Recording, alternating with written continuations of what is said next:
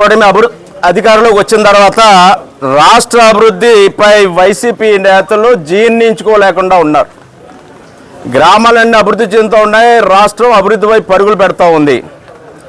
మరి దాన్ని అడ్డుకోవడం కోసం వారు మాట్లాడుతూ ఉన్నారు. ఈనాడు వైజాగ్లో గూగుల్ వచ్చింది, అమరావతి రాజధాని నిర్మాణం జరుగుతుంది, పోలవరం ప్రాజెక్టు నిర్మాణం జరుగుతుంది, అనేక ప్రపంచంలో ఉన్నటువంటి అనేక పెద్ద పెద్ద సంస్థలన్నీ కూడా మన రాష్ట్రానికి తరలి వస్తూ ఉన్నాయి. లక్షల కోట్ల పెట్టుబడులు మన రాష్ట్రానికి వస్తూ ఉన్నాయి. ఇవన్నీ ఏమి వాళ్ళ కళ్ళకు కనిపించట్లా. కేవలం ఏదో విధంగా ప్రజలను రెచ్చగొట్టడం కోసం కుల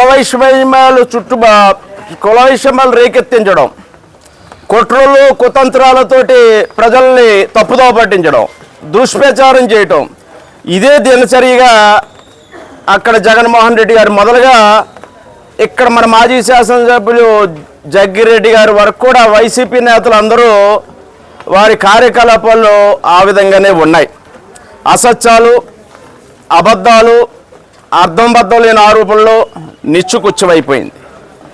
ఆఖరికి ఎలా ఉందంటే ఏదో సామెత ఉంది, బట్ట కాల్చి మరి ముఖం మీద వేస్తే